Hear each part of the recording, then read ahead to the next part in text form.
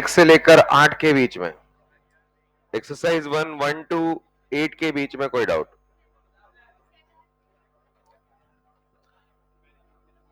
Exercise 1 question number 7। Question में बोला जा रहा है एक हमारे पास में एक रूम है, यहां पर इस रूम की डायमेंशन जो है वो 3 मीटर दिया हुआ है। ये रूम स्क्वायर रूम है, एक तरह से 3 मीटर डायमीटर है। इसके मिड पॉइंट पर एक कैमरा रखा हुआ है और इस यहां पर एक मिरर। बोल रहा है कि ये जो कैमरा है इस एक जगह पर रखी हुई ऑब्जेक्ट की इमेज को फोकस करना चाहता है। अच्छा, इमेज किससे बनेगी? इससे। अच्छा यार, ऑब्वियस सी बात है, इससे लाइट ऐसे तो जाएगी नहीं मुड़ के। इसकी इमेज ये मिरर बनाएगा और कितनी डिस्टेंस पर बनाएगा? ये 3 मीटर है तो यार ये भी 3 मीटर ही होगा, बराबर डिस्टेंस में बनाता, तो ये एक ही इमेज बन गई। क्वेश्चन में बोल रहा है कि यार इस कैमरे को इस ए पर रखी हुई ऑब्जेक्ट की इमेज को किस डिस्टेंस पर फोकस करना पड़ेगा। तो यार यही तो है वो डिस्टेंस। अच्छा, ये तो यहां से यहां तक कितना हो गया टोटल? 6। अच्छा, ये मिड पॉइंट है तो ये कितना जाएगा? 1.5। तो कितनी डिस्टेंस पर? हाइपोटेनियस। तो यहां से आ जाएगा अंडर रूट में 6 का स्क्वायर और ये 1.5 का स्क्वायर। उससे एक्चुअल में आया कैसे होगा, यहां पर देखें, ये लाइट यहां से ऐसे गिरी होगी, नॉर्मल इधर गई होगी और जैसे मानो यहां से आ रही है, तो ये 6 और 1.5 के पाइथागोरस है। लेट है। अगला 8 तक और कुछ?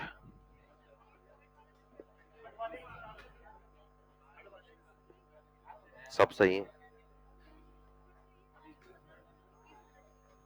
थर्ड वाले में 2 मिरर दिए हुए हैं, M2 से 5 है, M1 से 10 होगा। The distance of first 3 image from M2। सिर्फ M2 से बना हुआ, तो यार M2 से क्या बनने वाला है? अच्छा, इधर M2 बोल देते हैं, इधर M1 बोल देते हैं। M2 से पहली इमेज 5 पर और इधर से पहली इमेज 10 पर, ये बीच का सेपरेशन ये, तो ये कितना आएगा? 25, ये आएगा 20, फिर 15, तो ये 35। तो M2 से तो ये डिस्टेंस है। क्वेश्चन 1 टू 8 और 1 से लेकर 8 तक, 13 तक, 13 तक नहीं है, 19 तक, 18 ये ELP में भी है और ELP में 9 और 10 के अंदर ही था, तो तुमने शायद किया। एक कॉन्वेक्स मिरर दिया हुआ है, अरे मिरर 18 नंबर, एक कॉन्वेक्स का मिरर है। कॉन्वेक्स मिरर जो होता है मैग्निफिकेशन पॉजिटिव देता है। उसने बोला 1/n टाइम्स ऑफ ऑब्जेक्ट, यानी कि m की वैल्यू 1/n है और कॉन्वेक्स है तो ये कौन सा आएगा? प्लस। अच्छा, यू निकालना है कितनी डिस्टेंस पर है, तो f ये वाली वैल्यू लिखी जाएगी।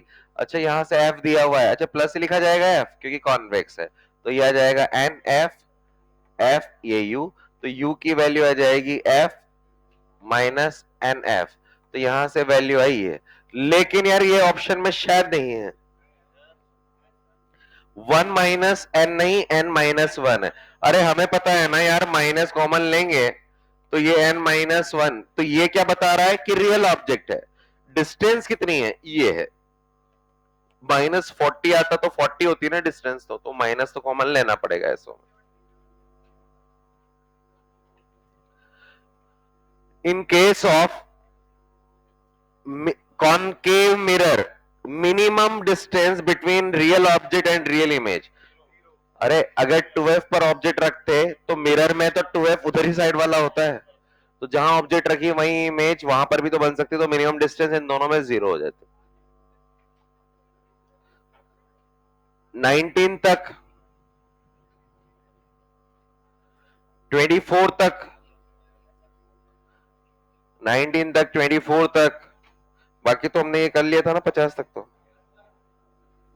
बाकी तो मेरे ख्याल से हमने जो हमारा रिफ्रैक्शन स्टार्ट हुआ था वहां पर कहां तक डिस्कशन हो गया था?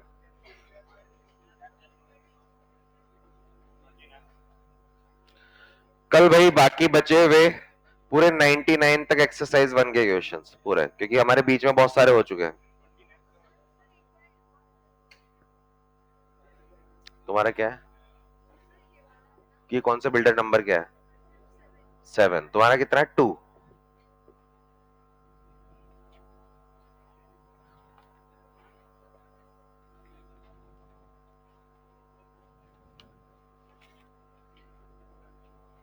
कौन सा बिल्डर 2 का? A small candle 2.5 centimetre in size, छोटी सी कैंडल है जिसकी साइज इतनी है, कॉनकेव मिरर से 27 सेंटीमीटर डिस्टेंस पर रखा हुआ है, रेडियस ऑफ कर्वेचर 36 है, तो focus 18। At what distance mirror should be screen? Mirror should a screen at what distance from the mirror should a screen be placed, यानी कि वी पूछा है। स्क्रीन पर तो इमेज बनता है, और कौन सी इमेज बनने वाली है? स्क्रीन पर तो रियल, यानी कि एम की वैल्यू माइनस, और वी की वैल्यू पूछी है स्क्रीन से, मिरर से स्क्रीन को कहां रखें ताकि receive sharp image. Sharp image मतलब इमेज स्क्रीन पर चाहिए। Describe the nature and the image of size, nature and size of the image. If the candle is remove closer to is move closer to mirror, तो screen को किधर करना चाहिए, वो question पूछ रहा है। सबसे पहली बात यार, हमारे पास में ऑब्जेक्ट की जो हाइट है वो 2.5 सेंटीमीटर है। क्वेश्चन में बोला जा रहा है कॉनकेव मिरर से ऑब्जेक्ट को रखा गया मतलब माइनस में 27। एफ की वैल्यू कॉनकेव है -18, तो वी की वैल्यू क्या आएगी? यू एफ अपॉन में यू माइनस एफ। तो ये माइनस में 27 माइनस में 18, यह आ जाएगा माइनस में 27 माइनस माइनस प्लस, तो नीचे की तरफ 9 बचेगा माइनस में, ये -9 और -27 3 54, यानी कि -54। अरे u भी नेगेटिव v भी नेगेटिव, यानी कि एक ही साइड में, और मिरर में तो चीजें एक साइड पे होती है तो रियल बनती है, क्योंकि स्क्रीन उधर ही रखनी है। तो क्वेश्चन में बोला गया कितनी डिस्टेंस पर स्क्रीन रखवा रहे, जहां इमेज बन रही है 54 पर। सेकंड क्वेश्चन, अगर ऑब्जेक्ट को, अच्छा उसकी साइज भी पूछी जा रही है, साइज निकाल लेंगे क्या यार? m की वैल्यू यार माइनस में v by you, minus -54 upon में ये -27, तो आएगा माइनस में 2, यानी कि डबल साइज का और रियल इन्वर्टेड बनेगा। तो 2.5 ऑब्जेक्ट है तो हाइट 5 सेंटीमीटर बन जाएगा। इन्वर्टेड बनेगा, इन लार्ज बनेगा। पूछा जा रहा है ऑब्जेक्ट को अगर और पास ले जाएं, ऑब्जेक्ट को ना कैंडल, यानी कि ऑब्जेक्ट को अगर मिरर की तरफ ले जाए, यार ऑब्जेक्ट को मिरर की तरफ ले जाएंगे तो इमेज दूर जाता है, तो ये वाली डिस्टेंस बढ़ती जाएगी। ये क्वेश्चन कौन सा बिल्डर 7 में? पहले बता तो चुके हैं, ये तो हो चुका है, ये तो हो चुके हैं ना पहले।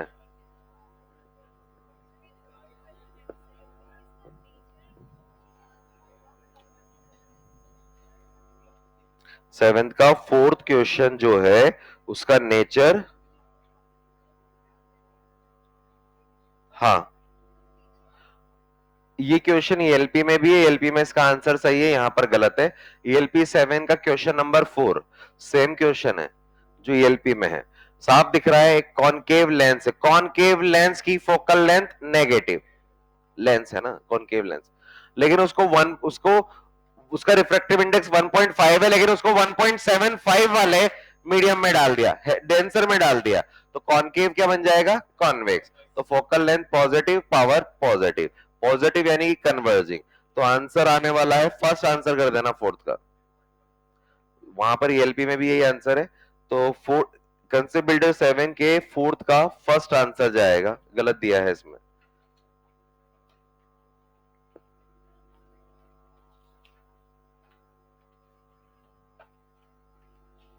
कौन सा क्वेश्चन बोल रहे हो तुम? 29? ये तो बिल्कुल नहीं बताऊंगा, ये तो मैं बिल्कुल नहीं बताऊंगा, पहले लेक्चर की चीज। क्यों? तो तुमने देखे नहीं शुरू के 4 लेक्चर?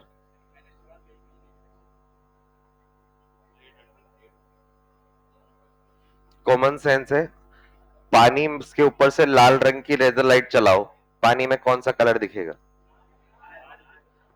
ये ब्लू कलर की टी शर्ट पानी में गिर गई, ब्लू कलर की टी शर्ट पानी में छपाक, अरे ब्लू टी शर्ट पानी में गिर गई, और तुम बाहर से देख रहे हो तो कौन सा कलर दिखेगा?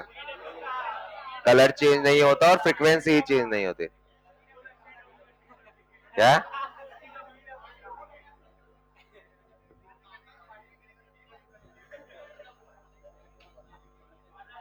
कहां तक बात हुई थी? चलिए भाई, इंटरफेरेंस के बारे में बात की थी यार। इंटरफेरेंस के अंदर पहली शर्त यार, इंटरफेरेंस एक तरह से सुपर पोजिशन होता है। सुपर पोजिशन मतलब वेक्टर सम। वेक्टर सम मतलब दो चीजें चाहिए, और वो दोनों चीजें कहां कौन सी होनी चाहिए? Coherent source.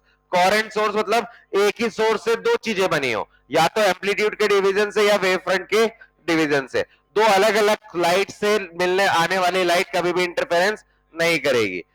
अच्छा, इंटरफेरेंस का मीनिंग क्या है? इंटरफेरेंस का मीनिंग है यार, एक किसी जगह पर इंटेंसिटी ज्यादा हो जाती है, किसी जगह पर कम हो जाती है। इंटेंसिटी का पोजीशन के अकॉर्डिंग वेरिएशन ही इंटरफेरेंस कहलाता है। अगर इंटरफेरेंस नहीं होगा, अगर इंटरफेरेंस नहीं होगा तो कहीं पर इंटेंसिटी ज्यादा और कहीं पर कम नहीं होगी, यानी कि हर जगह इंटेंसिटी सेम। कॉमन सेंस एक बार ध्यान से सुने, क्या चीज है? अगर यहां से लाइट आई आई इंटेंसिटी की, इधर से आई लाइट आई इंटेंसिटी की, क्या दो अलग अलग है? यानी कि कोरेंट नहीं है। कोरेंट नहीं है तो इंटरफेरेंस नहीं होगा, तो कहीं पर ज्यादा और कहीं पर कम नहीं होगा। तो आई और आई मिलकर क्या बनाएंगे? 2i, और ये 2i हर जगह फिक्स यही रहेगा, अलग अलग नहीं हो रहा। लेकिन अगर ये दोनों कोरेंट होते तो यहां पर आई और आई मिलकर हो सकता है बहुत ज्यादा बना ले, हो सकता है यहां पर बहुत कम बना ले, यहां पर मॉडरेट बना ले, यहां मॉडरेट, उधर बहुत ज्यादा, उधर कम, फिर मॉडरेट, अलग अलग जगह पर आना। तो हमें ये देखना पड़ेगा वो सोर्स कोरेंट है या नहीं है। तो लास्ट क्लास के अंदर हमने उसका थ्योरी वाला पोर्शन लिख लिया था। अब आगे बढ़ रहे हैं। मान लीजिए हमारे पास में दो कोरेंट वेव दी हुई है, इसी के आगे कंटिन्यू करें जो लिखा था। दो कोरेंट वेव दी हुई है, पहला है y1 a1 sine omega T plus के एक्स, और ये आ गया phi1। दूसरी वेव दी हुई है ये a2 साइन, यहां पर भी फिर से ओमेगा टी प्लस के एक्स, और इसका फेज इनिशियल फेज phi2। अच्छा, पहला काम हमें क्या करना होता है? अरे यार, क्योंकि कोरेंट सोर्स है तो मुझे इन दोनों को क्या करना है? Super impose. Super position, super impose करने का मतलब क्या है? वेक्टर सम समझने के लिए लिखा जा रहा है। और वेक्टर सम के लिए हमें क्या चाहिए? वी नीड दोनों के बीच का एंगल। अरे, दोनों के बीच का एंगल डेल्टा फाई बोल दिया, फेज डिफरेंस है ना। तो अगर मैं इसको यहां पर बनाऊं, क्या दोनों के लिए रेफरेंस मैंने साइन का ही लिया है? तो यार एक के लिए साइन से phi1 आगे है, और यहां पर दूसरा वाला साइन से phi2। मुझे नहीं पता है phi1 बड़ा है या phi2, मैंने तो यूं ही बना लिया रफली ये phi2। तो इन दोनों के बीच का जो एंगल आएगा ये डेल्टा फाई। तो यार हमारे पास में एक एम्पलीट्यूड A1 है, एक एम्पलीट्यूड A2 है, और इन दोनों के बीच का एंगल जो है वो डेल्टा फाई है। तो रिजल्टेंट क्या आएगा? अरे रिजल्टेंट अंडर रूट में A1 square plus A2 square plus 2A1 A2, और इन दोनों के बीच का फेज डिफरेंस, कॉस का फेज डिफरेंस। ध्यान रहे ये दिया है, ये कब दिया होता है? जब इक्वेशंस दी होती हैं। अदरवाइज मैंने कल बोला था पार्ट डिफरेंस यानी कि लेंथ और टाइम डिफरेंस से भी ये चीज चाहिए, एट द एंड तो हमें एंगल ही चाहिए। अच्छा, यहां से तो हमारे पास में आ गया, और हमने याद हो तो एक दिन बोला था। अच्छा, इसको मैं थोड़ा सा और आगे बढ़ा देता हूं, ये वाली चीज तो हमारे पास में ही आ गई। हमने एक दिन बोला था कि इंटेंसिटी जो होती है वो एम्पलीट्यूड के स्क्वायर के प्रोपोर्शनल होती है। तो यहां से अगर मैं इंटेंसिटी लिखना चाहूं तो इंटेंसिटी यार यहां पर क्या आने वाला है? अरे ये तो एम्पलीट्यूड है, तो एम्पलीट्यूड से इधर ले जाएंगे तो रूट आ जाएगा। तो एम्पलीट्यूड मतलब रूट ऑफ रिजल्टेंट आई, यहां पर ये रूट चल ही रहा है। अच्छा, A1 स्क्वायर की जगह उसका I1, यहां पर I2, ये 2 दोनों रूट में I1 I2, और इन दोनों के बीच का एंगल ये cos फाई। दोनों तरफ का रूट हटा दें स्क्वायर करने पर, तो हमारे पास में आने वाला है आई आर, रिजल्टेंट की value I1 plus I2 plus 2 root I1 I2। अच्छा, ये कॉस डेल्टा फाई जो है ये बाहर है रूट से, है ना, ये वाला है। ध्यान से सुनिए, अगर हमारे पास में इधर से लाइट आई I1, इधर से इंटेंसिटी आई I2, तो कॉमन सेंस ये कहता है कि अगर I1 और I2 अगर मिला तो फिर तो I1 प्लस I2 आना चाहिए। अगर कहीं से इंटेंसिटी की यूनिट होती है ल्यूमन या वॉट पर मीटर स्क्वायर, ल्यूमन बोलते हैं ज्यादातर, क्वेश्चन भी था एक। अगर 10 ल्यूमन और 5 ल्यूमन मिला तो इंटेंसिटी तो 15 होनी चाहिए थी कॉमन सेंस से। तो यार यहां तो ये वाली चीज तो हो ही गई, लेकिन ये एक्स्ट्रा और ऐड हुआ। ये है इंटरफेरेंस की प्रॉपर्टी कि इंटरफेरेंस जो है चीजों को जितना होना चाहिए उससे कम या ज्यादा भी कर सकता है। ये वाला चीज जो कहलाता है इसको हम बोलते हैं इंटरफेरेंस फैक्टर। ये कहलाता है इंटरफेरेंस फैक्टर के इंटरफेरेंस के कारण ये एक्स्ट्रा चीज आई है, वरना तो I1 प्लस I2 होना चाहिए था दो चीजों को मिलने पर। अच्छा ये तभी लगेगा जब इंटरफेरेंस हो, और जब इंटरफेरेंस कब होता है? जब कोहेरेंट हो। अगर कोहेरेंट नहीं है तो मेरे पास में if source are not coherent, coherent नहीं है इसका मतलब क्या है? दोनों की फ्रीक्वेंसी अलग अलग है, दोनों की वेवलेंथ अलग है, दोनों के बीच का फेज डिफरेंस टाइम के साथ चेंज हो रहा हो, या फिर दो अलग अलग बल्ब हो। तो अगर वो कोहेरेंट नहीं है तो हमारे पास में ये वाली टर्म जो इंटरफेरेंस फैक्टर है, अरे हो ही नहीं रहा तो ये लेंगे ही नहीं। तो फिर आई की वैल्यू कितनी आने वाली है? I1 प्लस I2, और ये वाली वैल्यू हर जगह सेम। तो हमारे पास में ये पता चल गया हर जगह सेम आने वाली है ये वाली वैल्यू, क्योंकि इंटरफेरेंस का मतलब होता है अलग अलग जगह पर इंटेंसिटी का अलग अलग होना। और अगर ये काम हो ही नहीं रहा है तो फिर क्यों अलग होगा? फिर तो हर जगह सेम होगा। और जब हर जगह सेम होगा तो कुछ केसेस में ये चीज अच्छी होगी कि हर जगह उजाला एक जैसा है तो अच्छा लगेगा, लेकिन कुछ जगहों पर ये खराब भी होगा क्योंकि इंटरफेरेंस कई बार बहुत अच्छी अच्छी चीजें दे देता है। अभी हमें पता चलेगा। सबसे पहले तो हमारे पास में ये चीज आ गई है। अच्छा हम ये वाली वैल्यू रखकर किसी भी जगह पर रिजल्टेंट निकाल सकते हैं, जैसे सुने। लेकिन अगर ये एंगल कम मिलता है, या तो क्वेश्चन में दे दे कि इतना फेज डिफरेंस है, या फिर वो इक्वेशन y1 y2 की इक्वेशन दी हो तो फेज का डिफरेंस है, एंगल मिल जाता है, वो डायग्राम बना के ASTC rule sine minus sine cos minus cos उससे मिल जाता है। लेकिन अगर ये नहीं दिया होगा तो पार्ट डिफरेंस। अब पार्ट डिफरेंस देखो क्या होगा, ध्यान से सुना। इंटरफेरेंस के अंदर ये वाला फॉर्मूला क्यों बना? मान लो मैं यहां खड़ा हुआ हूं और ये दोनों लाइट जो है वो है कोहेरेंट सोर्स। मानने में क्या जा रहा है, वैसे अलग अलग है तो कोहेरेंट नहीं है, लेकिन यहां से आ रहा है। अच्छा मैं इन दोनों के बीचों बीच खड़ा हूं, बीचों बीच खड़ा हूं तो यहां से लाइट ने जितना डिस्टेंस चला होगा इधर से भी लाइट उतनी डिस्टेंस चली होगी। मान लो 2 मीटर 2 मीटर, तो दोनों के बीच में पाथ का डिफरेंस कितना है? 0। पाथ का डिफरेंस 0। अरे अगर पाथ का डिफरेंस लैम्डा होता तो एंगल 2 पाई आता था। अगर पाथ लैम्डा होता था तो 2 पाई, कल ही तो बताया था। 0 हुआ तो 0, यानी कि cos 0। तो cos 0 रखूंगा तो ये 1, तो ये वाली वैल्यू एक अलग आ जाएगी कुछ। मान लो मैं यहां खड़ा हो गया इसके जस्ट नीचे, तो यहां पर पास आ गया उधर से दूर, तो यहां पर आया मेरे पास में 1 मीटर, उधर से आया 3 मीटर, पाथ डिफरेंस 2 मीटर। अब यार लैम्डा के लिए 2 पाई आता एंगल, मुझे तो एंड में एंगल चाहिए ना, तो ये तो पाथ डिफरेंस आया 2 मीटर। तो पार्ट अगर लैम्डा के लिए एंगल 2 पाई है तो 2 मीटर के लिए कुछ ना कुछ आ जाएगा, तो जो कुछ ना कुछ आएगा वो यहां रखेंगे, तो एक अलग इंटेंसिटी, मतलब यहां अलग थी और यहां अलग। मैं उधर चला गया, यहां से चला 15 मीटर, वहां से चला 18 मीटर, 3 का, तो 3 के अकॉर्डिंग एंगल अलग आएगा, तो अलग एंगल आया तो वहां पर इंटेंसिटी अलग, अलग अलग जगहों पर इंटेंसिटी का अलग होना, यही तो क्या है? इंटरफेरेंस। इसलिए बीच में एंगल या पार्ट डिफरेंस या टाइम डिफरेंस चाहिए होता है कि किस जगह पूछा जा रहा है। अब यार ये इंटरफेरेंस जो है उसके लिए हमें यहां पर ध्यान रखना है यार, आई की वैल्यू कैसे कैसे निकालते हैं।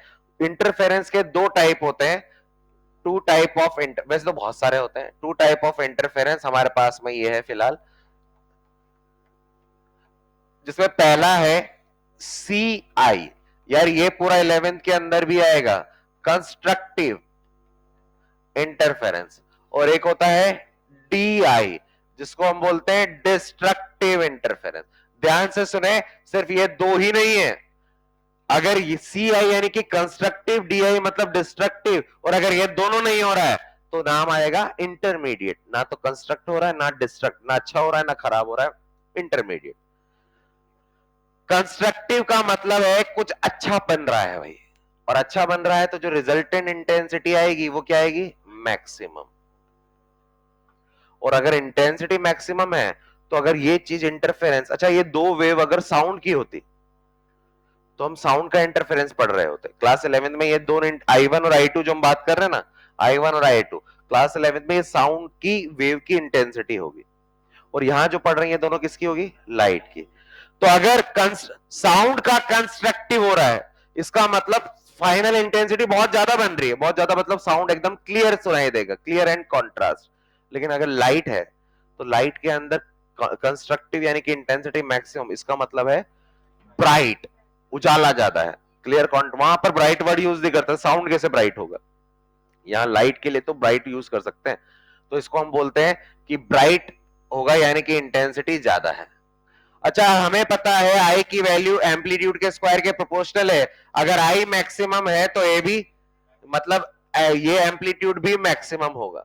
अच्छा डिस्ट्रक्टिव है भैया, डिस्ट्रक्टिव, खराब हो रहा है चीजें, डिस्ट्रक्ट हो रही है, तो डिस्ट्रक्टिव है तो यहां पर जो रिजल्टेंट आएगा वो मिनिमम आएगा, और साउंड के लिहाज से मिनिमम मतलब चीजें हो जाएगी अंधेरे में डार्क, लाइट बहुत कम पहुंची तो डार्क, डार्क का मतलब अंधेरा नहीं है, ब्राइट के कंपैरिजन में अंधेरा है। अच्छा वापस से अगर यार यहां पर ए भी क्या आएगा फिर, मिनिमम। अच्छा रिजल्टेंट इंटेंसिटी, पहली चीज तो ये हमारे पास में ये पॉइंट बन गया। रिजल्टेंट इंटेंसिटी के बारे में बात करें, क्या resultant intensity I1 plus I2 plus 2 root I1 I2 cos phi था, ये वाली वैल्यू। अच्छा मैं चाहता हूं कि यार ये कंस्ट्रक्टिव हो यानी कि ये मैक्सिमम हो, यार ये मैक्सिमम कब होगा, कौन सी वैल्यू वेरी कर रही है ये, तो यार ये वाली वैल्यू मैक्सिमम, और मैक्सिमम कितनी होती है ये 1, और अगर ये मैक्सिमम होती है ये 1 होगा, तो यार ये देखो कितनी वैल्यू आने वाली है, आई की वैल्यू आ जाएगा रूट आई, ये I1 I2, और ये सिर्फ बचा 1 कर दिया तो ये रूट I1 रूट I2 अलग अलग। अच्छा ये a प्लस बी का होल स्क्वायर बना है,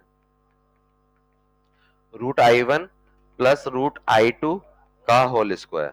ध्यान से सुनिए, इसको ओपन करना है इस वाले को, एक प्लस बी का होल स्क्वायर, ए स्क्वायर बी स्क्वायर प्लस 2 ए और ये बी, रूट आई को रूट आई में ऐड किया तो वैल्यू रूट आई वाली ही आएगी यूनिट, उसका स्क्वायर करूंगा तब जाकर आई बनेगा, तो root I1 plus root I2 ये आया। अच्छा अगर यहां पर मुझे सेकेंड पॉइंट, अगर आर की वैल्यू मिनिमम चाहिए तो वापस से I1 रूट I2 यह जाएगा 2 रूट I1 I2 और ये cos फाई। अगर हमारे पास में ये वाली वैल्यू मिनिमम चाहिए तो ये वाली वैल्यू भी क्या चाहिए, मिनिमम, और cos की मिनिमम वैल्यू -1, और अगर ये -1 होगा तो -1 रखने पर ये क्या आ जाएगा, माइनस, तो उधर से सॉल्व करने पर वैल्यू क्या आने वाली है, a माइनस बी का होल स्क्वायर, तो a माइनस बी का होल स्क्वायर। अच्छा माइनस मैं ऐसा नहीं लगा रहा हूं, मैंने ये लिख दिया डिफरेंस, क्योंकि मुझे नहीं पता ना I1 बड़ा है या I2, क्या पता root I2 minus root I1 का होल स्क्वायर होता तो भी वही आता। तो ध्यान से सुने, हमारे पास में इंटेंसिटी निकालने का तरीका ये है इंटरफेरेंस में, अगर इंटरफेरेंस नहीं हो तो ये नहीं आएगा, इंटरफेरेंस नहीं हो तो ये नहीं आएगा, फिर तो हर जगह जितना एंट्री कर रहा है वही होगा, I1 प्लस I2 10 और 5 15, हर जगह एक जैसा। लेकिन अगर ये वाली वैल्यू मैक्सिमम है तो इंटेंसिटी मैक्सिमम होगी, और उसकी वैल्यू √10 प्लस √15 का होल स्क्वायर, बहुत बड़ी वैल्यू आने वाली है, 15 से ज्यादा, जबकि 10 और 5 मिलकर 15 बनाते, लेकिन ये वाली वैल्यू जब तुम रखोगे तो बहुत ज्यादा आएगी, ऐसे ही आएगा। इसमें थर्ड पॉइंट पे बात कर रहा हूं मैं कि थर्ड पॉइंट क्या होगा, यार हमारे पास में रिजल्टेंट की मैक्सिमम इंटेंसिटी, मैक्सिमम ही तो था ये मैक्सिमम हो गया, और ये क्या हो गया, minimum, maximum value I root I1 plus root I2 का होल स्क्वायर। अरे मैं तो चाहता हूं एम्पलीट्यूड के फॉर्म में I proportional to A square. अच्छा यहां से क्या बनेगा, रूट में, अच्छा ए स्क्वायर, यहां पर हमारे पास बनेगा ए स्क्वायर, लेकिन मैक्सिमम इंटेंसिटी वाला एम्पलीट्यूड भी मैक्सिमम होगा, ये इंडिविजुअल का था तो रूट I1 की वैल्यू ए, ये आएगा, इस वाले का A2 का होल स्क्वायर, अरे दोनों साइड रूट लें तो एम्पलीट्यूड जो आएगा मैक्सिमम वो आएगा A1 प्लस A2, लेकिन ये तभी आता है जब कॉस की वैल्यू 1 हो, कॉस फाई की वैल्यू 1 हो, हमेशा थोड़ी ना आएगा।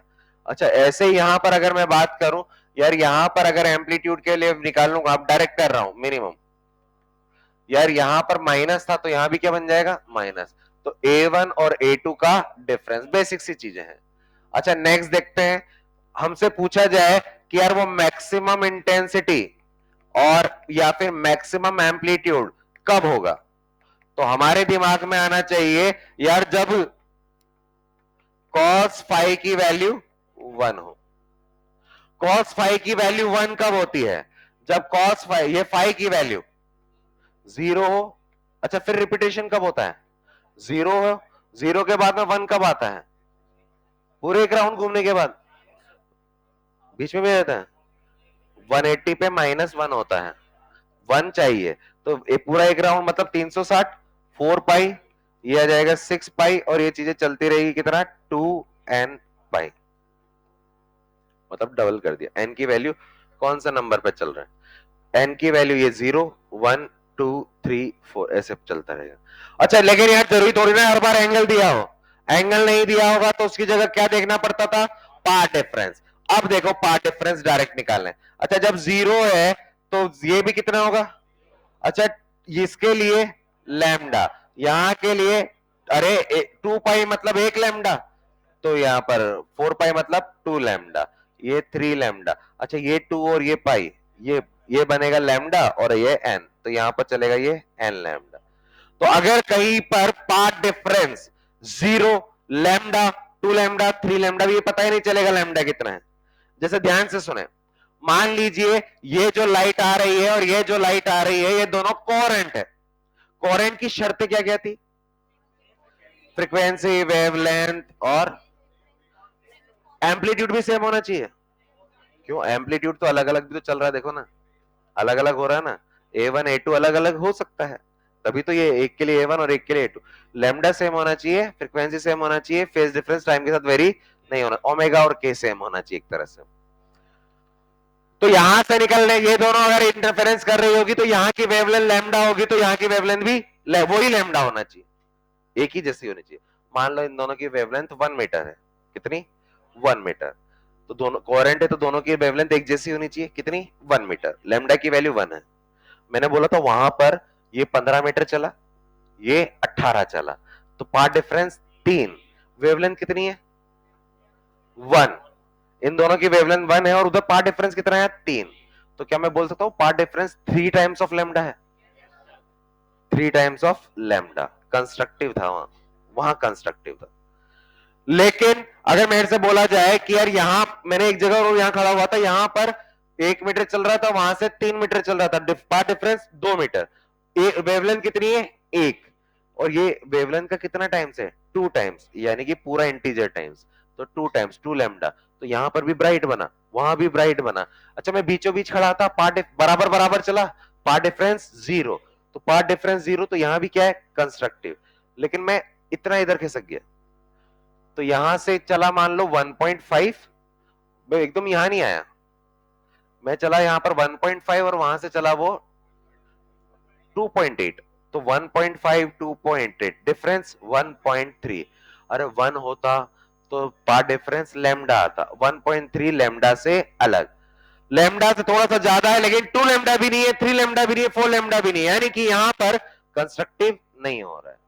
डिस्ट्रक्टिव कब होगा, डिस्ट्रक्टिव कब होने वाला है कि यार आई मिनिमम कब होगा वो देख लेते हैं, या फिर ए मिनिमम कब होगा वो देख लेते हैं, जब cos फाई की वैल्यू -1 हो, और -1 कब होती है, जब ये एंगल जो होता है 180, 180 मतलब पाई। अच्छा अब रिपीटेशन कब स्टार्ट होगा, हर 2 पाई के बाद, तो इसमें 2 पाई और ऐड होगा तो 3 पाई, ये 5 पाई और 7 पाई, यानी कि 2n + 1 पाई, मतलब n की वैल्यू 0 रखो, 0 रखोगे तो 1 पाई, n की वैल्यू 1 रखो, 3 पाई, 2 रखो, 5 पाई।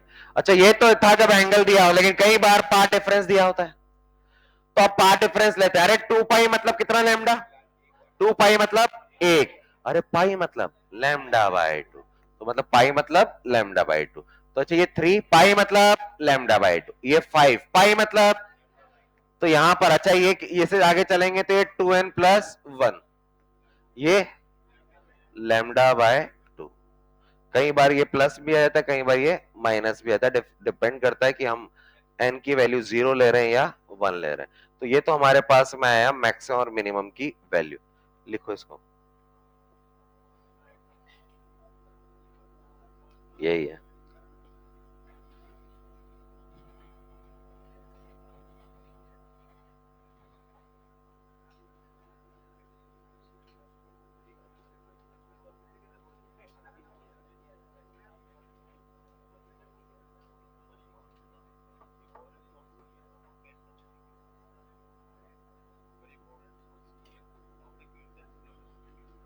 वहां पर इंटेंसिटी वो इन दोनों के कारण नहीं है। इन दोनों, सब लाइट बंद कर दो तो कहीं उजाला होगा, कहीं उजाला कम होगा। वो कम जहां उजाला होगा वो दूर वाली जगह होगी। वो इंटेंसिटी की वैल्यू टाइम के साथ, डिस्टेंस का डिक्रीज होने वाला है, वो आर स्क्वायर के इनवर्स में। बात की थी ना, आई की वैल्यू डी आर स्क्वायर के इनवर्स में होता है, पॉइंट सोर्स और लाइन सोर्स के लिए अलग अलग। वो उसके कारण हो रहा है, वो इंटरफेरेंस के कारण नहीं हो रहा है। जल्दी बनाए भाई।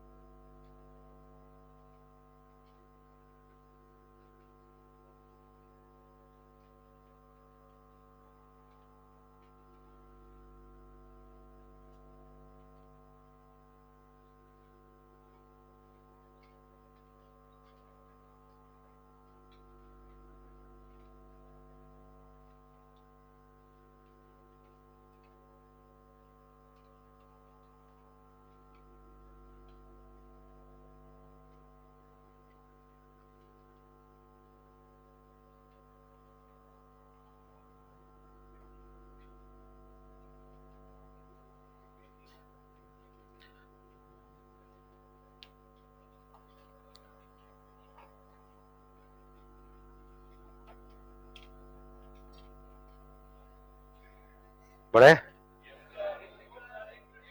अबे तुम क्या क्या ही करते हो यार, पता नहीं क्या बातें। फिर एंड में तुम ही होंगे जो रोगे, अरे हमारा सिलेबस नहीं होगा।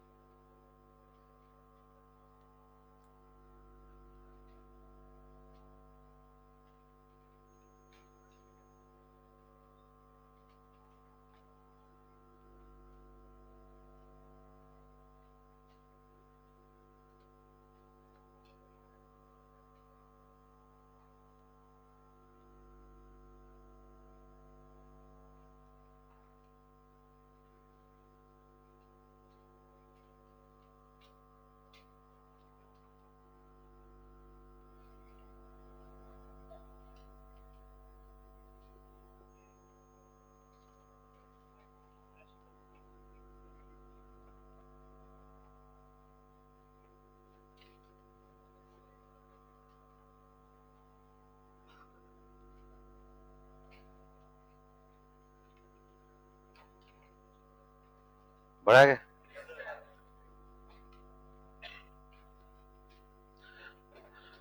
जरूरी नहीं है कि सिर्फ कंस्ट्रक्टिव और डिस्ट्रक्टिव ही बने,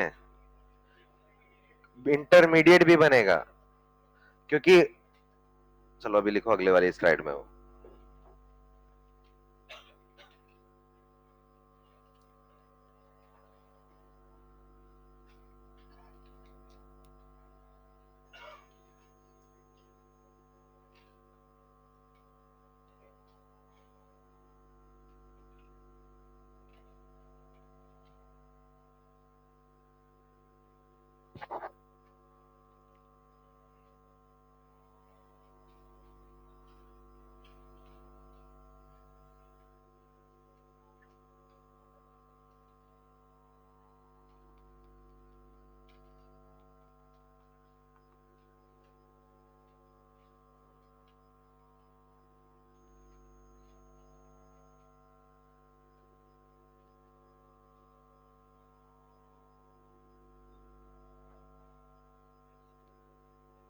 बढ़ा गया।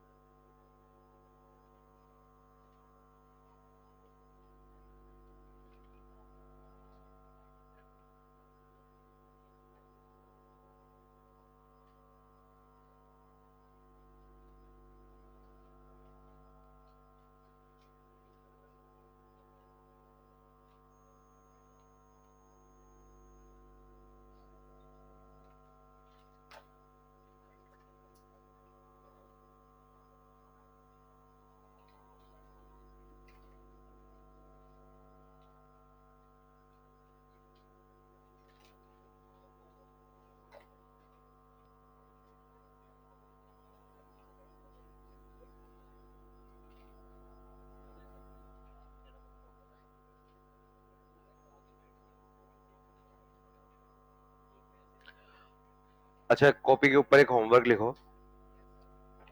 क्लास 11th वाली एलपी, क्लास 11th की एलपी पढ़ी है ना तुम्हारे पास?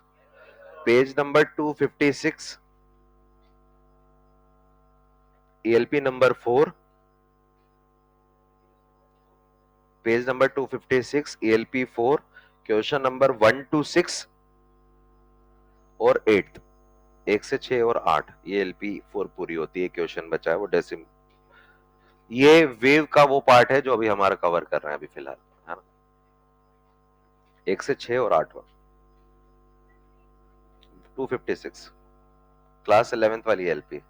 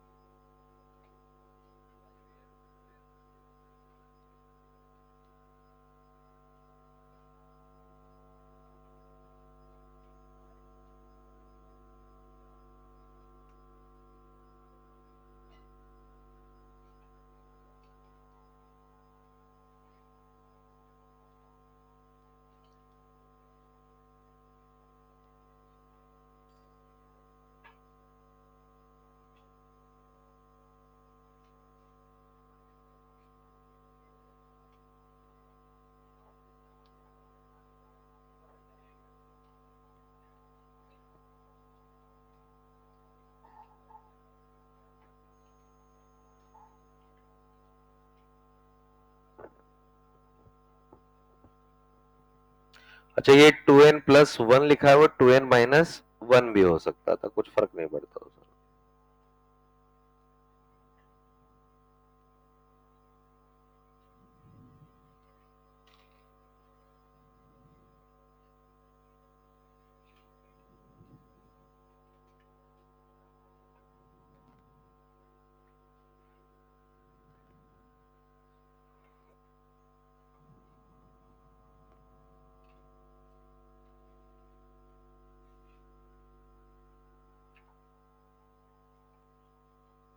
लिखिए।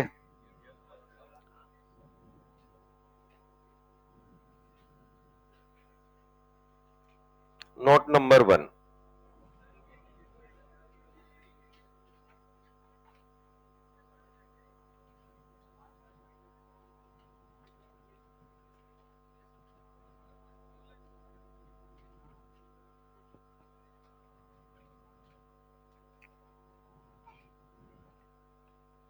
पढ़ेंगे, कोई बात,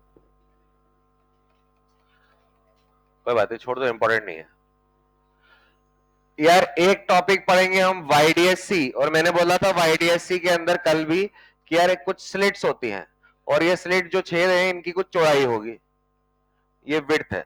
नॉर्मली एक वाईडीएससी में दोनों स्लिट्स की विड्थ चौड़ाई सेम होती है। अच्छा, जितनी ज्यादा चौड़ाई आएगी, लाइट यहीं से आती थी वो वेव फ्रंट के फॉर्म में, तो लाइट उतनी ज्यादा आएगी। यार याद रहे, इंटरफेरेंस में, सिर्फ इंटरफेरेंस में, ये टॉपिक जब डिफ्रैक्शन में पढ़ेंगे तो वहां आंसर अलग आएगा। इंटरफेरेंस में लाइट की इंटेंसिटी जो स्लिट की विड्थ है उसके डायरेक्टली प्रोपोर्शनल होती है। तो आई की वैल्यू प्रोपोर्शनल टू ये स्लिट विड्थ। अगर ये डबल करूंगा तो लाइट ज्यादा डबल आ जाएगी, डबल लाइट पास होने लगेगी। ये एक तो एक चीज ये है। अच्छा, अगर हमसे बोला जाए if both slits are same, दोनों स्लिट सेम है यानी कि दोनों की विड्थ बराबर है, और अगर स्लिट बराबर है हमने मान लिया वो कितनी है, डब्ल्यू, और अगर स्लिट बराबर है तो इसका मतलब उनकी इंटेंसिटी भी बराबर होगी। और जब अगर इंटेंसिटी बराबर होती है तो उस केस में मैक्सिमम इंटेंसिटी, क्या हमेशा मैक्सिमम ही मिलती है क्या? इंटरफेरेंस में तो कहीं मैक्सिमम, कहीं मिनिमम, कहीं इंटरमीडिएट मिलेगा। अच्छा, मैक्सिमम कहां मिलेगा? जहां पर एंगल, जहां पर वैल्यू कॉस फाई की 1 हो। कहां होगी? 0, 2 पाई, 4 पाई, या फिर पाथ के फॉर्म में 0 लैम्डा, 2 लैम्डा, 3 लैम्डा, मतलब इंटीजर नंबर हो। तो जहां पर भी मैक्सिमम होगी, और अगर दोनों बराबर हैं तो root I plus root I का ये root I one plus root I two का होल स्क्वायर, लेकिन अब दोनों की वैल्यू सेम है। अच्छा, रूट आई और रूट आई क्या बन जाएगा? 2 रूट आई का होल स्क्वायर, कितना? 4 आई। अच्छा, जबकि लाइट कौन सी कितनी आ रही थी? आई और, अरे आई और आई मिलकर कॉमन सेंस बोलता है 2 आई बन सकता था, लेकिन यहां कितना बन गया? 4 आई। ये बढ़िया चीज है इंटरफेरेंस के पास, जितना इनपुट नहीं है आउटपुट उससे ज्यादा भी आ जाता है इंटरफेरेंस में। अरे, इनपुट इंटेंसिटी का 4 टाइम्स हो गया, लेकिन ये तभी होगा जब दोनों बराबर हो। लेकिन अगर यहीं पर अगर मैं मिनिमम भी निकालू ना, तो मिनिमम निकालने पर यह आएगा root I one difference root I two. अरे दोनों बराबर है, कितना आएगा? 0। अरे, मैक्सिमम यानी कि ब्राइट सबसे ज्यादा ब्राइट आया, डार्क सबसे ज्यादा डार्क आया, मैक्सिमम मिनिमम। अच्छा, इन दोनों का एवरेज लेना, 4i plus 0, 4i bye 2, 2i, जितना इनपुट हो रहा था वही आ रहा है। इसलिए बोलते हैं इंटरफेरेंस जो है based on energy conservation. Interference के लिए एक स्टेटमेंट होता है कि एनर्जी कंजर्वेशन है, क्योंकि एक्चुअल में क्या होता है, मान लो यहां से आ रहा है 10 इंटेंसिटी, यहां से आ रहा है 15, ये 10 और ये 15, कई जगह पर मैक्सिमम आएगा, कई जगह मिनिमम आएगा, और मैक्सिमम मिनिमम का जब और कई जगह इंटरमीडिएट आएगा। तो अगर मुझे एवरेज लेना है तो यहां से क्या पता चल रहा है कितनी आई है एनर्जी? 10 और 15, 10 और 5 15, तो टोटल भी 15 ही होना चाहिए ना। बस वो कई जगह पर बहुत ज्यादा और कई जगह पर जितना होना चाहिए तो उससे भी कम, एवरेज तो टोटल 15 ही रहेगा। मतलब जितना इनपुट हुआ उतना ही फेल गया, बस रीडिस्ट्रीब्यूशन है, कहीं जगह ज्यादा कहीं जगह कम। अभी लिखेंगे इसको, ये तो हमारे पास में पहला वाला पॉइंट आया वाईडीएससी के लिए कि भाई स्लिट विड्थ के डायरेक्टली प्रोपोर्शनल होता है। जल्दी लिखो।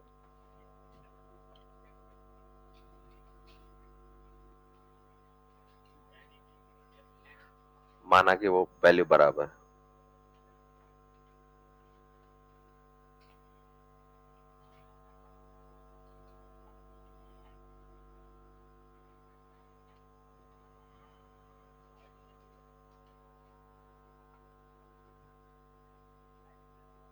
लाइट,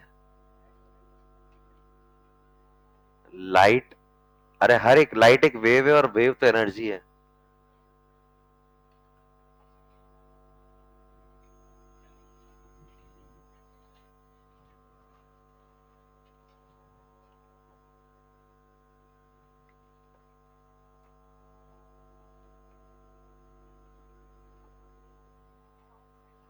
ये डिफरेंस अप्रोक्स तो डबल दो बनाते हैं तब अप्रोक्स होता है, ये होता है साइन अप्रोक्स का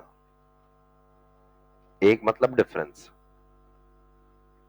डिफरेंस इसलिए लेते हैं कि हमें नहीं पता है कि एक कौन सा बड़ा है इनमें से, इसलिए मैंने ये लिखा।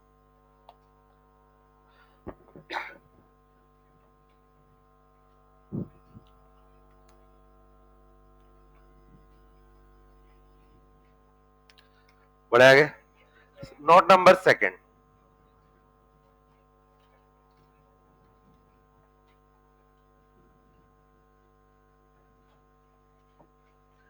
intensity at any point, intensity at any point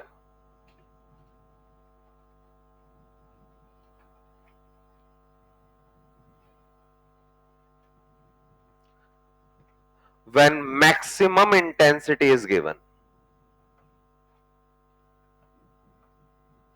when maximum intensity is given,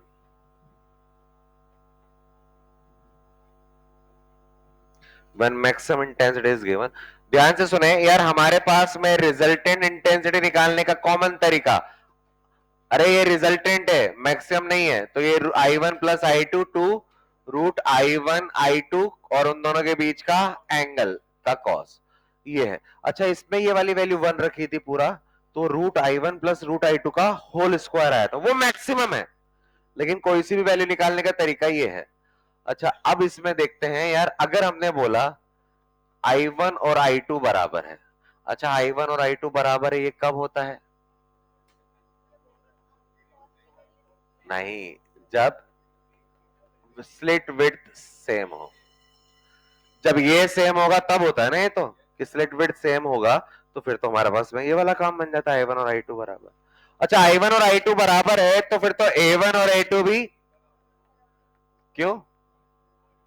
अरे आई स्क्वायर का प्रोपोर्शनल है, तो उस केस में हमारे पास में I1 और I2 बराबर है, तो उस केस में मैक्सिमम इंटेंसिटी कितना आता है? 4I। अरे जब I1 और I2 बराबर होता है तो मैक्सिमम 4I और minimum 0, otherwise maximum root I1 plus root I2 का whole square, minimum root I1 का और रूट I2 के डिफरेंस का होल स्क्वायर। वो I1 और I2 बराबर हो तब 4I और 0 आता है, हमेशा थोड़ी ना आता है। तो हमारे पास में ये वाली वैल्यू 4I आ गई है। अच्छा मैक्सिमम है, अच्छा यहां से अगर मैं देखना चाहूं कि यार किसी भी और वैल्यू पर निकालना है तो मैक्सिमम है, किसी भी और वैल्यू पर निकालना है तो ये वाली वैल्यू I अच्छा बराबर है ना, तो यह आ जाएगा I का स्क्वायर और ये उनके बीच का एंगल। अच्छा यहां से ये क्या बन जाएगा? 2I।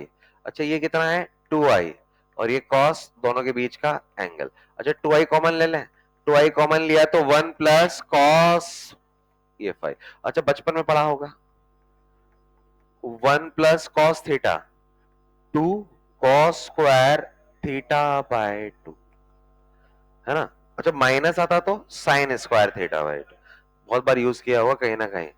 1 plus cos theta 11 basic math में पढ़ाते हैं, 1 plus cos theta 2 cos square theta by 2 half angle theorem, 1 minus होता तो साइन स्क्वायर। अच्छा ये अभी हम रिजल्टेंट निकाल रहे हैं भाई, और अगर रिजल्टेंट निकाल रहे हैं तो वो 2 और 2 कितना हो जाएगा? 4, और यह जाएगा कॉस स्क्वायर थीटा बाय 2। अरे ये क्या है? मैक्स, अगर मैक्सिमम इंटेंसिटी दी हुई है कि भैया इतनी है और मुझे किसी पॉइंट पर इंटेंसिटी निकालनी है जनरल पॉइंट पर, तो मुझे उस पॉइंट पर क्या चाहिए होगा? पार्ट डिफरेंस, उसका आधे का कॉस स्क्वायर। अच्छा इसकी जगह कई बार ये भी यूज करना पड़ेगा, तो मैं ये दिया होगा तो उसको इसमें कन्वर्ट करूंगा ताकि ये वाली वैल्यू आ जाए।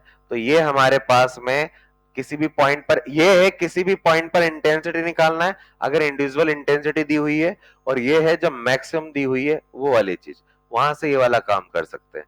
अभी आएंगे क्वेश्चंस तब पता चलेगा। Third point, average value. Average value, अरे एवरेज कैसे निकालते हैं किसी भी चीज का? उसकी मैक्सिमम और मिनिमम वैल्यू का मैं एवरेज ले लूं। अच्छा मैक्सिमम कितना होता है? 4I, मैक्सिमम 4I, वो तो जब सेम हो तो ये आ जाएगा root I1 plus root I2 का होल स्क्वायर, और ये आ जाएगा रूट I1 और माई डिफरेंस रूट I2 का होल स्क्वायर अपॉन में ये 2। अच्छा ऊपर का ब्रैकेट ओपन करना, I1 plus I2 plus 2 root I1 I2, इसको I1 plus I2 plus minus 2 root. अच्छा यहाँ का माइनस 2 रूट I1 I2, यहाँ का plus 2 root I1 I2 cancel, यहाँ I1 प्लस I2 बचा, यहाँ भी I1 प्लस I2 बचा, तो ऊपर कितना हो गया 2 I1 प्लस 2 I2, तो कॉमन ले लिया 2, तो यहां से कैंसिल, कितना आया। अरे यही तो इंसिडेंट हुए थे, I1 और I2 अगर इंसिडेंट हो रहे थे तो मैक्सिमम और मिनिमम का जब मैंने एवरेज निकाला तो वो इनिशियल जो आ रहे थे वही। यही कारण है कि अगर मेरे पास में एक पर्दा है और पर्दे पे कहीं जगह मैक्सिमम हो रहा है, कहीं जगह मिनिमम हो रहा है, या फिर इस यहाँ पर मैक्सिमम मिनिमम बीच में इंटरमीडिएट, सबका एवरेज लूं तो जो यहां से आया होगा और यहां से आया होगा उसका सम ही होगा, मतलब जितना इनपुट हुआ और इस पूरे का एवरेज वही है, इसलिए interference based on energy conservation. जैसे एग्जांपल के तौर पर हमारे पास में 4 इंटेंसिटी है, I1 I2 I3 I4, मुझसे बोल रहा है कि इसका एवरेज निकालो, तो एवरेज निकालने का मतलब क्या है, अरे इन सबको ऐड कर दो, जितने भी आए उन सबको ऐड कर दो, वो हमारे पास में एवरेज आ जाएगा। क्योंकि देखो ना, अगर I1 और I2 आ रहा था तो उसका एवरेज कितना आया, I1 प्लस I2, 4 आते तो सबका एवरेज सबको ऐड कर दिया, 10 आते तो सबको ऐड कर दिया, क्योंकि एवरेज का मतलब वो पर्दे पे कहीं मैक्सिमम कहीं मिनिमम बनेगा, तो उन सबका एवरेज जो होगा उन सबका इनपुट का ही सम आएगा। तो यहां से हमें इसलिए पता चला क्योंकि एवरेज जो है वो सम ऑफ ऑल इंटेंसिटी है, इसलिए interference is based on energy conservation, जितना इनपुट आया उस पर ही बेस्ड है energy conservation. It is just redistribution, मतलब कहीं पर ज्यादा हो जाएगा कहीं पर कम, हो जो एनर्जी आ रही है उसका रीडिस्ट्रीब्यूशन करवाना होता है इसका काम, कि कहीं पर ज्यादा कहीं पर कम।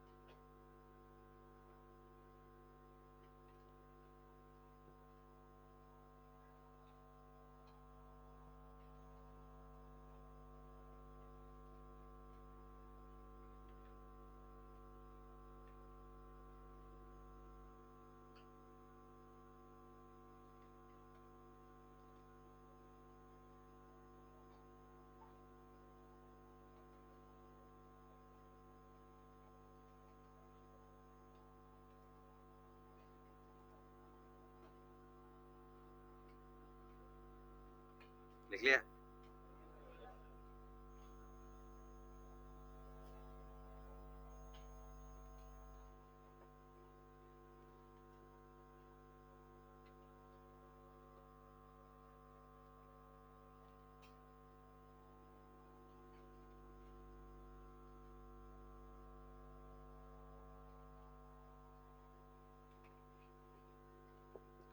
लिख लिया।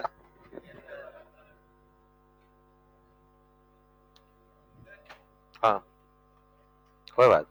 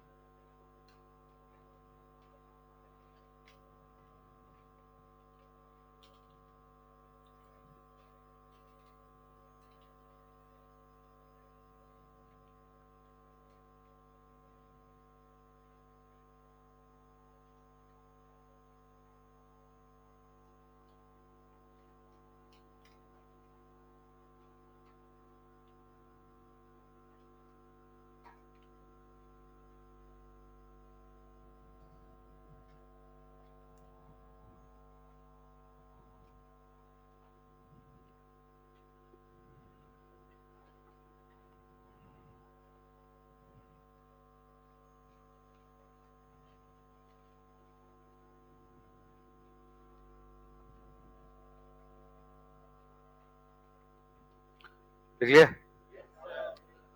एक लास्ट पॉइंट कौन सा चल रहा है? एक वर्ड यूज किया था जिसको हम बोलते हैं डिग्री ऑफ इंटरफेरेंस। और अगर इंटरफेरेंस वेव का होता है तो ये वाला नाम चल जाता है, लेकिन अगर यही इंटरफेरेंस लाइट का होता है तो इसको बोलते हैं फ्रिंज विजिबिलिटी, क्योंकि लाइट तो दिखेगी ना, तो फ्रिंज विजिबिलिटी। और फ्रिंज विजिबिलिटी को V से लिखा जाता है। V की वैल्यू लिखने का तरीका, जो मैक्सिमम वैल्यू आई और जो मिनिमम वैल्यू आई अपॉन में मैक्सिमम प्लस मिनिमम। परसेंट में निकालना है तो क्या करेंगे?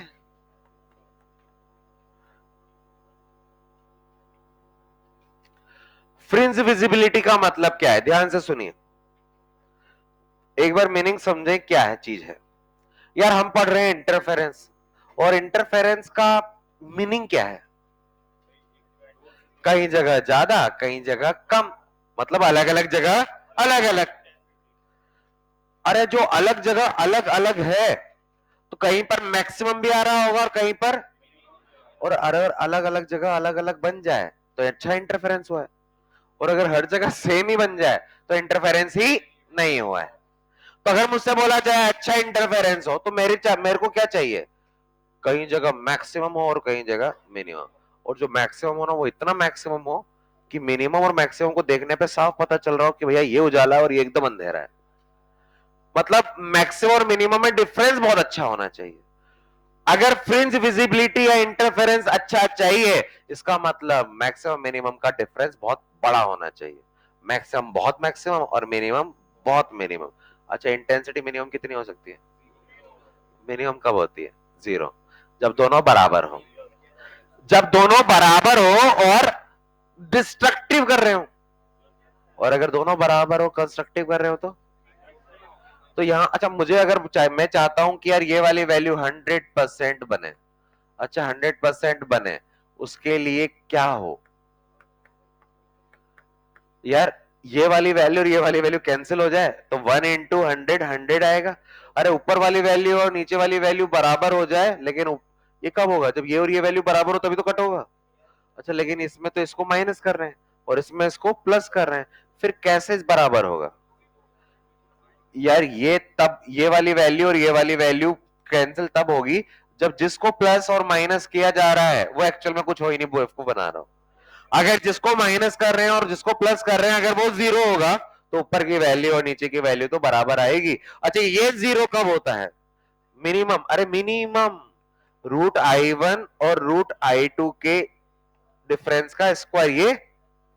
अच्छा, इसको इधर ले जाएंगे, स्क्वायर को इधर आएगा, तो यहां से क्या बचा? √I1 बराबर √I2, यानी कि I1 बराबर, अच्छा I1 बराबर I2 बोल दो, या फिर एम्पलीट्यूड के पॉइंट ऑफ व्यू में दोनों एम्पलीट्यूड, अरे I बराबर है तो A भी तो बराबर होंगे प्रोपोर्शनल में। तो अगर अगर हमारे पास में जो भी लाइट इंटरफेरेंस करने आ रही है, अगर उनकी इंटेंसिटी अलग अलग हुई, एक हुआ आई और एक हुआ 2i, तो क्या मैक्सिमम होगा? होगा ना।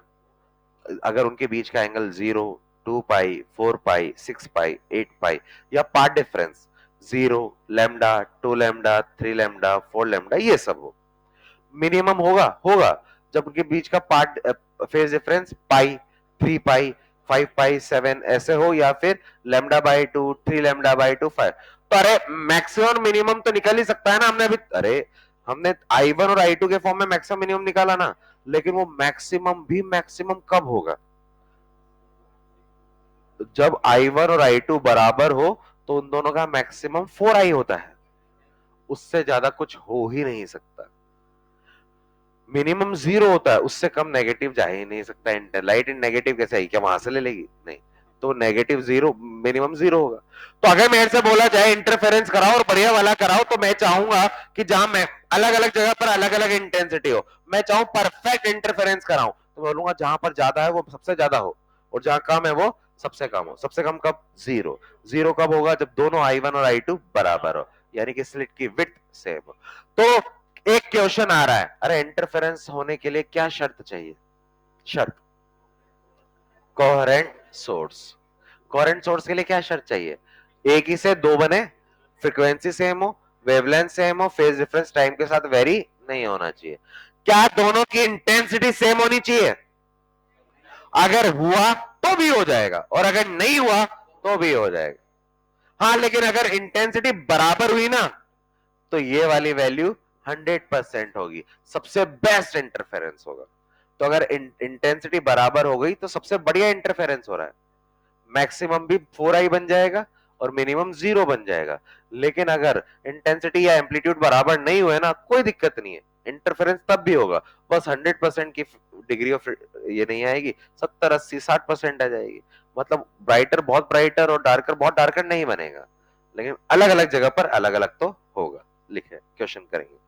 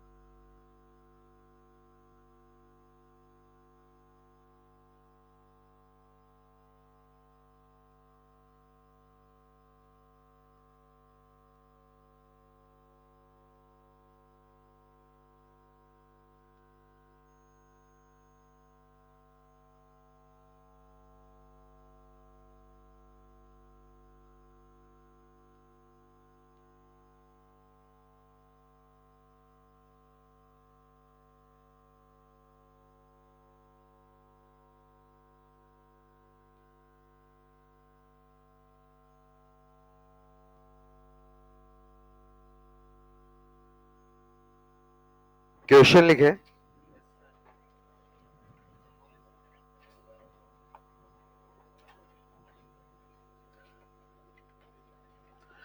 If ratio of intensity of light of two coherent source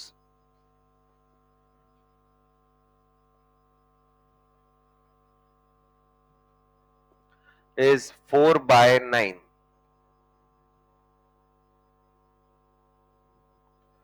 4/9 किस किस का दिया ये? मैक्सिमम, मिनिमम, या फिर I1 I2? क्योंकि दो जो इंटरफेरेंस करने जा रहे हैं ये तो वो है I1 I2, ऊपर I1 लिख दो, नीचे I2 लिख दो। मतलब I1 और I2 की वैल्यू कितनी है? 4/5। अच्छा, वैसे तो ये रेशो है, क्या मैं इसको 4 और इसको 9 भी मान सकता हूं? अगर एक को 4 माना तो दूसरा वाला 9। देन बेसिक बेसिक चीजों से स्टार्ट करेंगे. Ratio of their amplitude.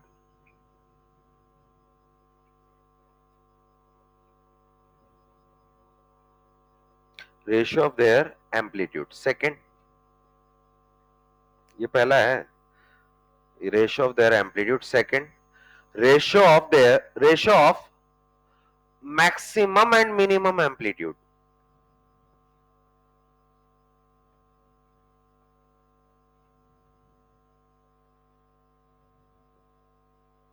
Third,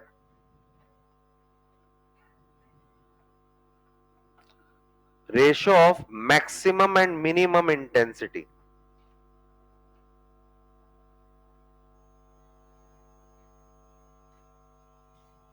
fourth, fringe visibility.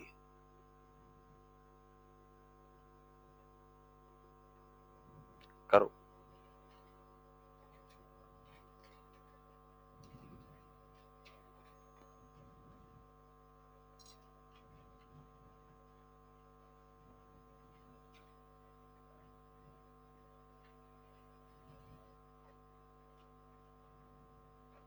ये लिख दो.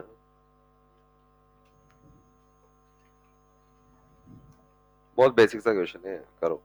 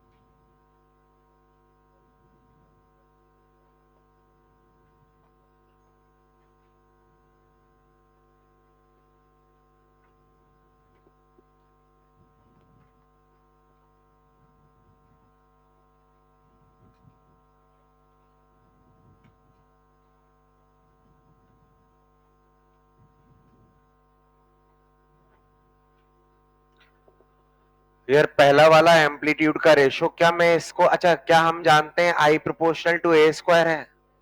तो यार आई, अच्छा मुझे A1 और A2 चाहिए या मैक्सिमम A1 और मिनिमम A1 चाहिए?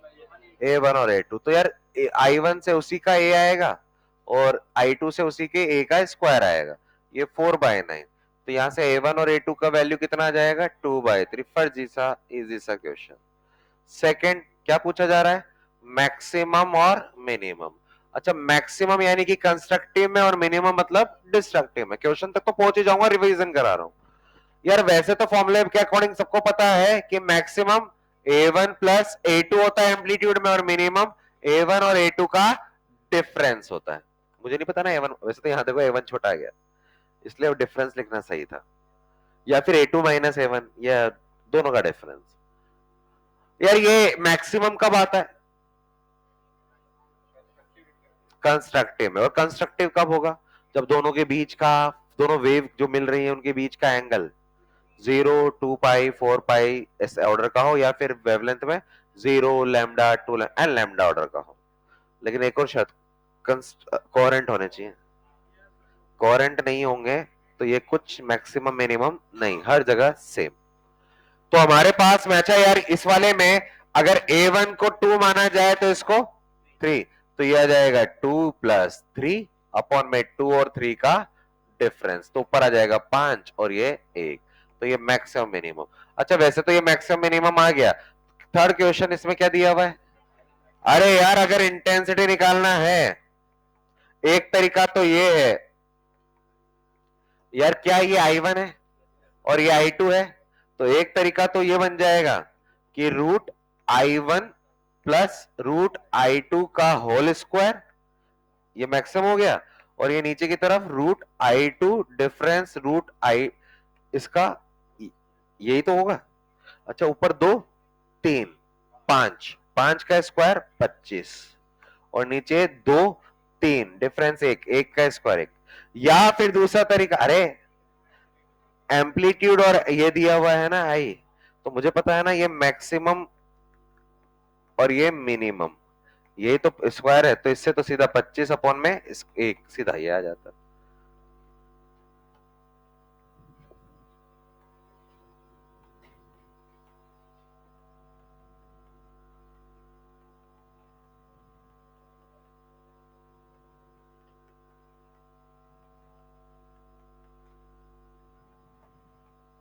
ये कितना आ रहा है? अच्छा, अब मैक्सिमम देखो 25 और ये एक ऐसे हो रहा है, तो मैक्सिमम अगर 25 माना है तो ये 1 आएगा और ये 26 बन जाएगा इंटू ये 100। तो वैल्यू क्या आ रही है? 24 अपॉन में 26 इंटू 100, 12 अपॉन में 13। तो 1200 अपॉन में 13 कितना?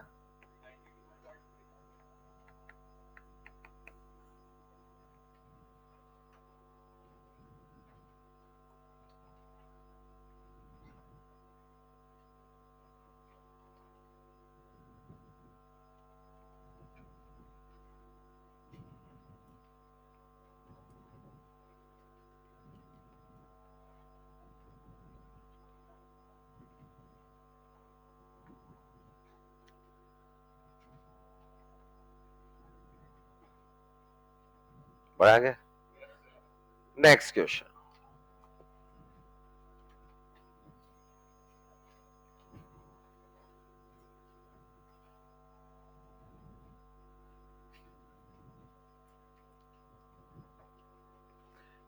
If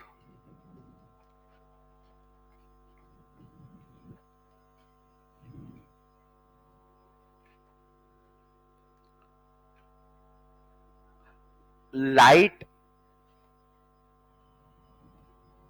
if light beam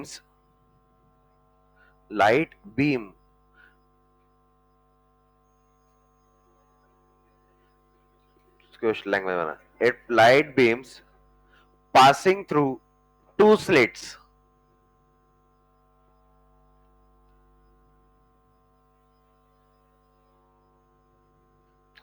with ratio of their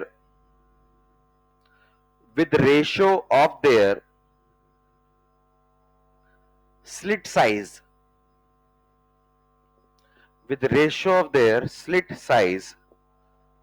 root n by 1, इससे क्या बता पाओगे? उनकी स्लिट की विड्थ रूट n बाय 1 का रेशो में है, इससे क्या बताओगे? उनकी इंटेंसिटी का रेशो कितना आएगा? रूट एन वही आएगा। अच्छा, रूट एन हटा दो, n बाय 1 कर दो, n then find out fringe visibility.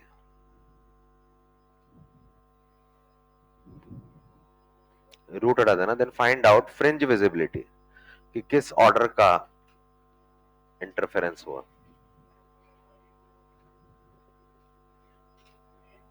2 root n bye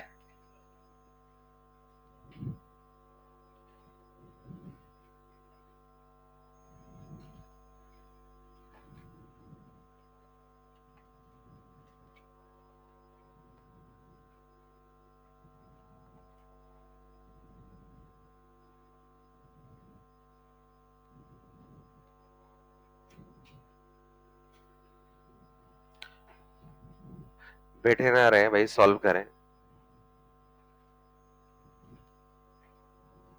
अरे चाहिए क्या, ये तो देख लो, बस अपने आप आ जाएगा। फ्रिंज विजिबिलिटी आई मैक्सिमम चाहिए, आई मिनिमम चाहिए, अपॉन में मैक्सिमम मिनिमम का सम चाहिए। और चाहे तो परसेंट में लिख देना, चाहे तो फ्रैक्शन में, डिपेंड करेगा क्वेश्चन पे, ऑप्शंस पे। यार मैक्सिमम आई की वैल्यू मैक्सिमम कैसे मिलेगी? अगर उनके इंडिविजुअल आई मिल जाए या फिर उनके ए मैक्सिमम मिल जाए। लेकिन यार ये दिया हुआ है स्लिट विड्थ का रेशो, और हम जानते हैं इंटरफेरेंस में आई प्रोपोर्शनल टू डब्ल्यू होता है, तो उनके रेस्पेक्टिव जो इंटेंसिटी है उनका रेशो भी यही होगा, यानी कि ये है 1 और ये है। अच्छा, इससे मैक्सिमम वैल्यू कितनी आएगी? मैक्सिमम मैक्सिमम अच्छा, root n1 plus root n2 का होल स्क्वायर, और मिनिमम कितना बनेगा इससे? रूट n1 डिफरेंस रूट 1 का होल स्क्वायर। अरे स्लिट विड्थ से आई का रेशियो आया, I1 और I2 से मैक्सिमम निकाल लिया, मिनिमम निकाल लिया, वैल्यू रख देंगे। अच्छा मैक्सिमम √n+1 का होल स्क्वायर, मिनिमम n-1 का होल स्क्वायर, ये आएगा। अपॉन में नीचे इन दोनों का सम।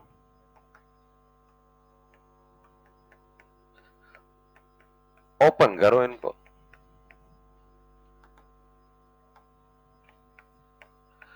अच्छा इसको ओपन करेंगे तो n स्क्वायर, पहले का स्क्वायर दूसरे का स्क्वायर प्लस 2√n माइनस इसका n+1 -2√n अपॉन में n+1 +2√n और ये प्लस है n+1 माइनस, बहुत सारी चीजें कैंसिल हो जाएंगी। अच्छा ये n+1 और ये n+1 माइनस कैंसिल हो जाएगा, 2√n माइनस माइनस 2√n कितना जाएगा ऊपर की तरफ 4√n, n जो चल रहा है। अच्छा नीचे देखें, ये 2√n और ये 2√n कैंसिल, तो नीचे क्या बचेगा 2 टाइम्स ऑफ n, तो आंसर आ जाएगा 2√n अपॉन n+1। ये फ्रिंज विजिबिलिटी है। तो चीज वही है, बस वो n के फॉर्म के कारण थोड़ा सा दिखने में अजीब लग रहा है।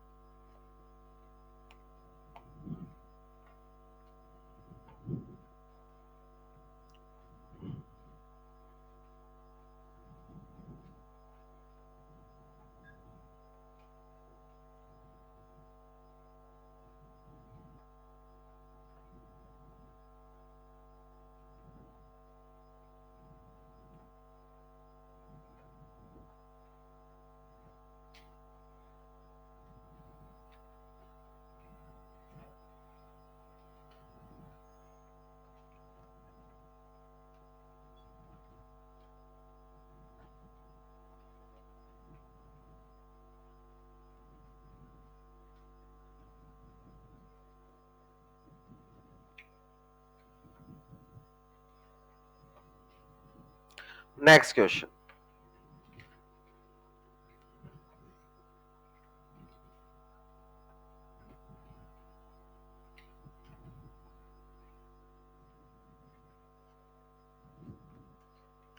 ठीक है।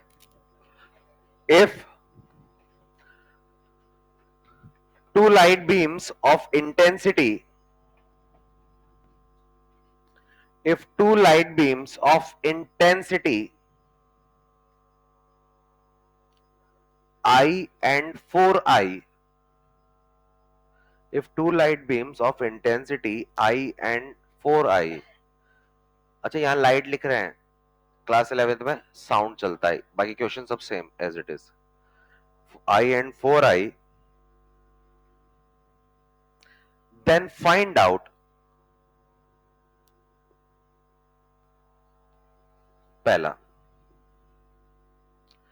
एवरेज इंटेंसिटी, एवरेज इंटेंसिटी कितना, सीधा ऐड हो जाता है 5। Second,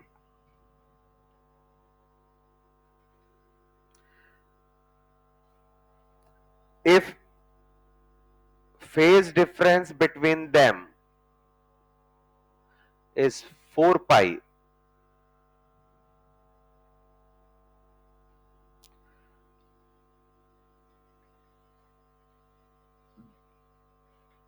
then find out resultant intensity if both are coherent.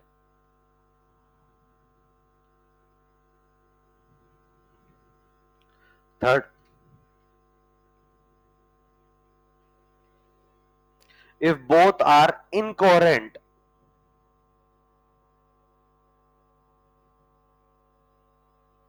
if both are incoherent, if path difference between them, and path difference between them, and path difference between them is lambda by 2, then find out resultant intensity.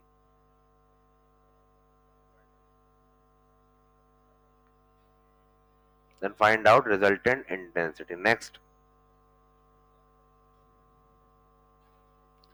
if both are coherent. अच्छा, second वाले में क्या लिखा था हमने, इससे just पहले वाले में इनकोहेरेंट. इनकोहेरेंट मतलब कोहेरेंट नहीं है ना.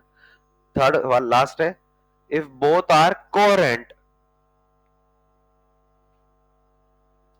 and phase difference between them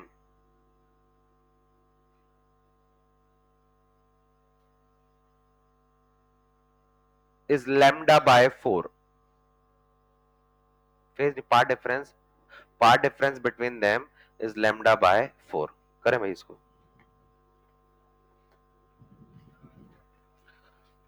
lambda by 4. पहला वाला, अरे एवरेज, जब दो लाइट मिलती है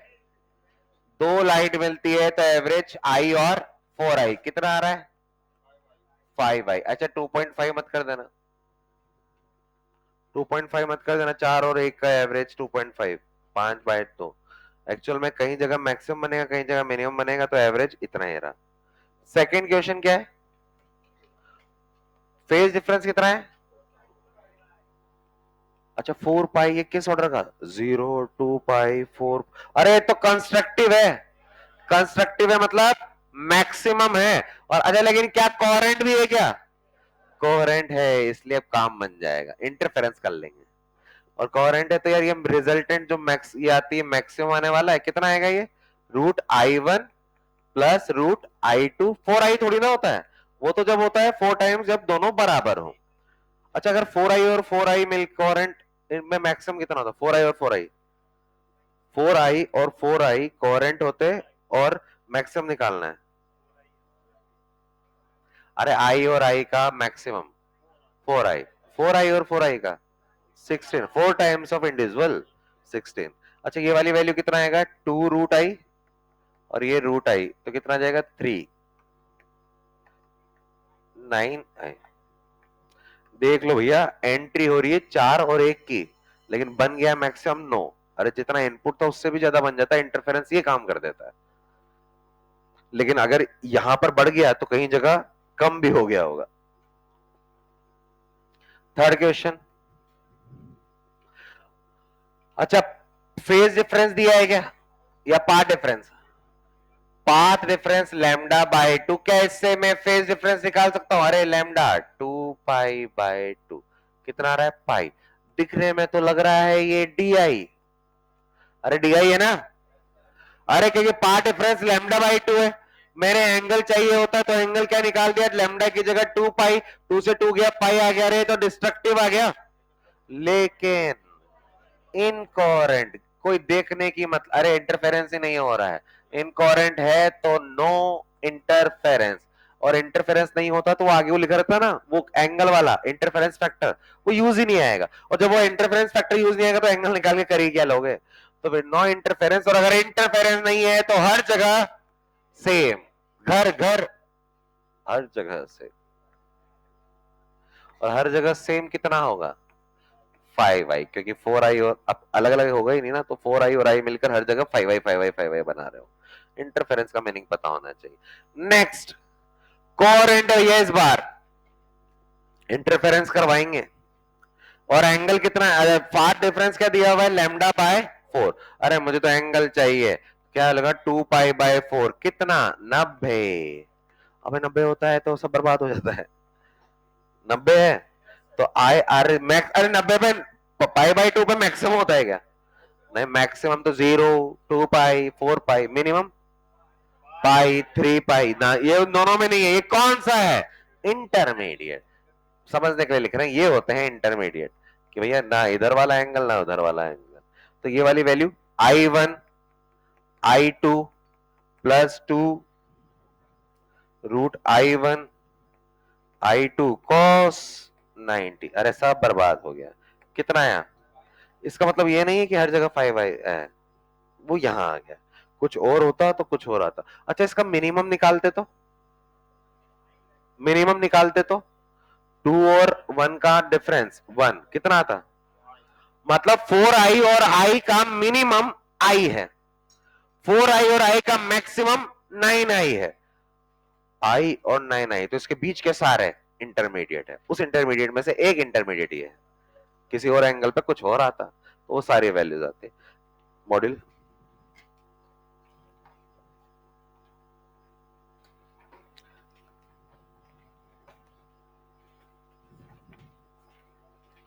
कल एक्सरसाइज 1 पूरा डिस्कशन का बोला है मैंने, और ये काम पहले दे चुके हैं तो कुछ नया नहीं दे रहे।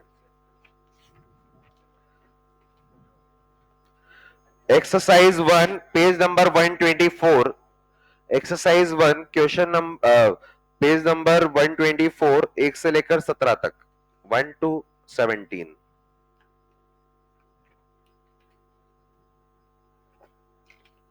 चलो थैंक यू।